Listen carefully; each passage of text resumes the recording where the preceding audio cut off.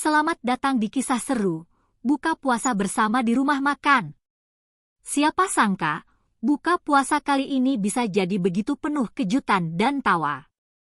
Temukan keunikan dalam setiap hidangan yang terbang dan lewati pengalaman tak terlupakan bersama teman-teman. Siap-siap terhibur dengan keanehan dan keseruan yang ada. Hari itu cuaca sangat terik.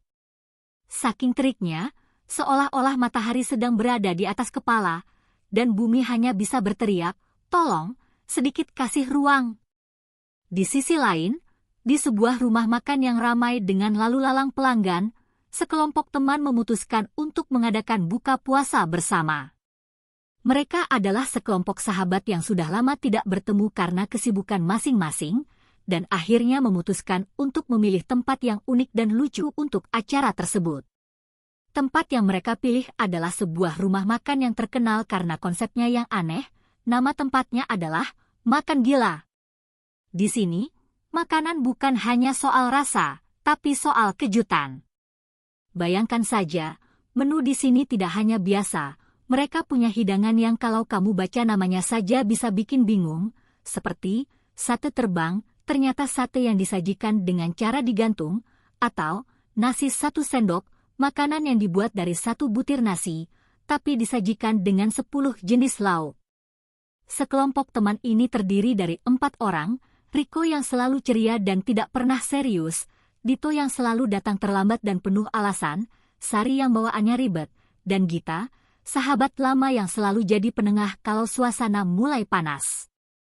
Mereka pun masuk ke dalam rumah makan itu dengan penuh semangat, meskipun matahari masih bergelayut di atas langit. Ini tempat kok aneh ya? Kenapa kita gak pilih tempat yang lebih biasa aja? Tanya Dito, sambil memegang punggungnya yang sedikit pegal karena berjalan lama. Biasa aja. Tempat ini kan terkenal, Dit. Makanan di sini tuh unik banget. Kalau nggak aneh, nggak asik, jawab Riko dengan semangat. Sari yang dari tadi sibuk melihat menu, langsung berteriak, "Ada menu apa sih? Kok susah banget dibaca?" Ada makanan yang namanya sambal untung-untungan. Itu apaan? Gita yang duduk di samping Sari mulai membuka-buka menu dengan hati-hati. Wah, di sini banyak pilihan seru. Coba kita pesen yang paling aneh. Apa kalian mau coba yang namanya mie karut-karut? Apaan itu, Gita?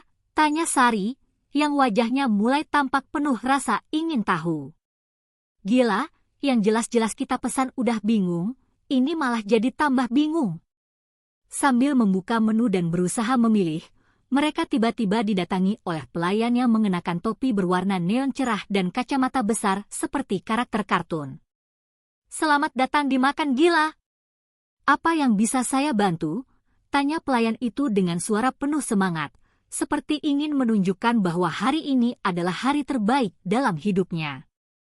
"Kami mau pesan yang unik-unik, Pak," jawab Riko tanpa ragu. Pelayan itu tersenyum lebar. "Wah, kalau gitu, saya punya rekomendasi spesial. Coba pesan sop jatuh cinta. Itu sop yang bisa membuat kamu lupa segala masalah, termasuk diet." "Wow, kok bisa? Apakah ini juga bisa bikin lupa siapa pacar saya?" Tanya Dito, yang selalu saja berbicara sambil bercanda, meskipun kadang tak jelas. Pelayan itu tertawa. Bisa. Tapi, sayangnya, sop ini hanya berlaku untuk masalah diet dan pekerjaan.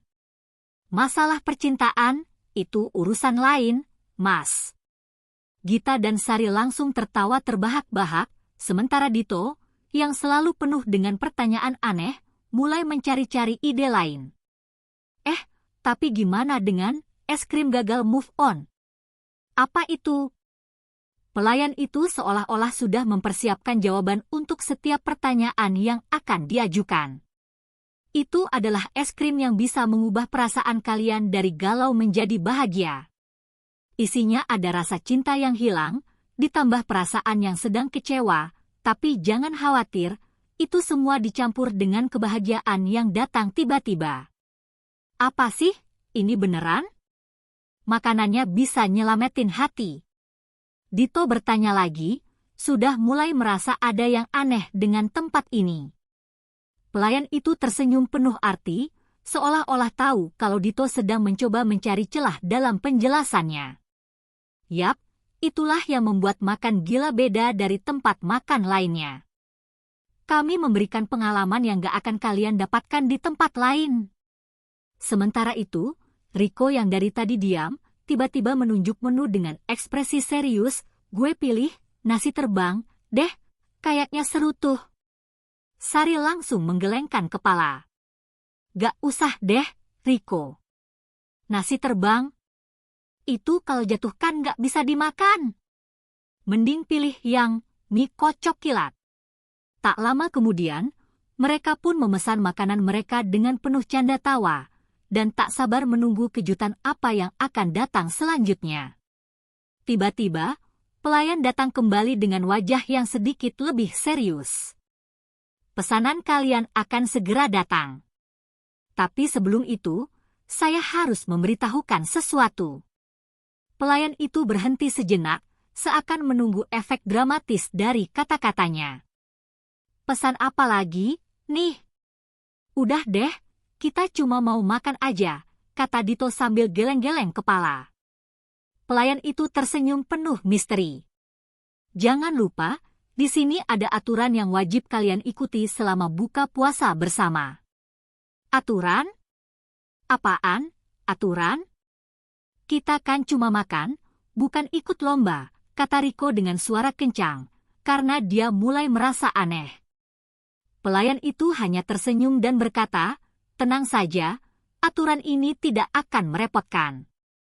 Cuma, di sini, kalian harus ikhlas dan jangan lupa, setiap makanan yang kalian pilih, punya cerita yang berbeda-beda.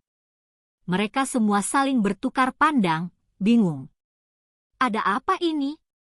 Tapi, karena sudah terlanjur di sini, mereka pun duduk dan menunggu makanan yang datang, siap untuk menghadapi keanehan yang mungkin terjadi.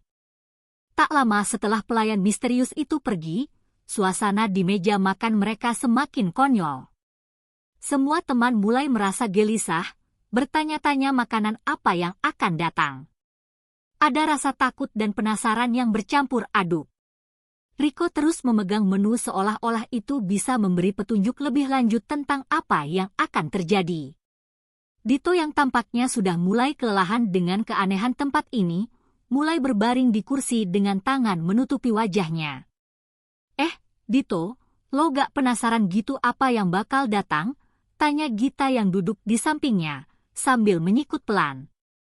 Dito mengangkat tangannya, gak, gue takut ini tempat makan gila banget. Makanan di sini bisa jadi bahan uji coba ilmiah, yang mungkin hanya ada di film horor. Tiba-tiba, pelayan tadi datang lagi, kali ini dengan troli berisi piring-piring yang tampaknya sedang berusaha untuk melayang. Ya, tepat seperti itu, piring-piring itu tampak seolah sedang melayang, mengambang di udara, meskipun pelayan itu jelas-jelas memeganginya. Semua teman di meja itu terbelalak, tak percaya. Selamat menikmati makanan pertama kalian, kata pelayan itu dengan suara riang, sambil menaruh piring pertama yang tampaknya penuh dengan sesuatu yang tidak biasa. Rico, yang sejak tadi menahan tawa, akhirnya tidak bisa menahan diri lagi. Gue gak tahan, ini kayak pesawat UFO yang datang dengan perut kosong, serunya sambil tertawa terbahak-bahak. Piring pertama yang datang adalah sate terbang. Sate ini, seperti yang dijanjikan sebelumnya, digantung di udara dengan tali benang halus yang hampir tidak terlihat, dan beberapa lampu neon berkedip di sekelilingnya, seolah-olah sedang mempertontonkan keajaiban. Yang lebih konyol lagi, sate-sate itu justru bergerak-gerak, seolah ingin bebas terbang ke arah tamu yang duduk di meja. Sari langsung berdiri, ini beneran gak sih? Kenapa satenya bisa terbang? Jangan-jangan satenya pakai roket kecil? Pelayan itu hanya mengangkat bahu dengan senyum lebar. Ini adalah sate terbang yang akan membawa kalian terbang ke dunia rasa baru. Kalian hanya perlu menyambutnya. Ya ampun, gue takut satenya jatuh. Kalau jatuh, gue gak mau tanggung jawab, kata Dito sambil memegang piring dengan tangan gemetar. Riko yang sudah tidak sabar langsung menyambar sebatang sate, tapi ketika dia menariknya, sate itu malah terlepas dan terbang ke arah Gita, yang tentu saja langsung teriak. Tolong, satenya mau terbang lagi. Gita berusaha menghindar, membuat suasana semakin kacau balau. Riko, yang tidak mau kalah, ikut berusaha menangkap sate yang melayang. Ini seperti pertandingan olahraga ekstrim di mana makan adalah taruhan utamanya. Sementara itu, Sari masih bingung dan mencari tahu cara makan sate yang terbang. Gue rasa satenya udah terbang ke dimensi lain, deh. Kayaknya lo harus punya aplikasi khusus biar bisa makan ini. Pelayan itu mendekat, mencoba menjelaskan, tenang saja, kalian cukup duduk dan menikmatinya. Sate ini, seperti hidup kalian, akan datang saat waktunya tepat. Beberapa detik kemudian, sate yang terbang kembali ke tempatnya dengan cara yang seolah sangat canggih, memukau dan membingungkan semua orang yang ada di meja. Udah deh, makan aja, jangan terlalu dipikirin, ujar Gita, sambil mencoba mengambil sate dengan tangan yang sangat hati-hati. Yang penting jangan sampai satenya kena kepala gue. Di sisi lain, Dito yang sebelumnya sempat stres, kini mulai tertawa dan merasa seolah berada dalam dunia yang tak terjangkau akal sehat. Sate terbang, nasi terbang, gak heran kalau gue besok lihat ayam terbang juga. Begitu selesai dengan sate terbang, datanglah makanan berikutnya, yang disebut nasi 1 sendok. Mereka mengira ini adalah nasi yang disajikan dalam porsi mini. Tapi ketika pelayan menaruh piring besar di meja mereka, semua orang terkejut. Sebuah sendok nasi besar tergeletak di tengah piring, seakan menggambarkan makna kesederhanaan yang sangat mendalam. Gita membuka mulutnya lebar-lebar. Masa 1 sendok nasi doang? Ini piring apa meja godok? Riko yang sudah bingung, malah bertanya, ini maksudnya gimana sih? Kita harus ngabisin nasi segede ini pakai sendok sekecil itu. Pelayan itu menepuk tangan dengan semangat. Betul sekali. 1 sendok nasi, 1 dunia rasa. Ini adalah konsep makan yang mengajarkan kita bahwa meskipun segalanya bisa terlihat kecil, tapi penuh makna. Dito terdiam sejenak, lalu berkata dengan serius, ini bukan makan, ini pelajaran filsafat. Gue kira yang gue makan nanti adalah makna kehidupan. Sari langsung tertawa, makanya, kan? Lo pikir kita di sini buat nyari makan atau nyari pencerahan? Ini beneran deh, makanan di sini tuh bisa bikin lo mikir hidup lo lebih dalam, ujar Gita sambil menatap nasi sendok itu seolah-olah itu adalah sesuatu yang harus mereka pahami dengan seksama. Setelah itu, tiba-tiba datang lagi piring berisi makanan lainnya, yaitu es krim gagal move on.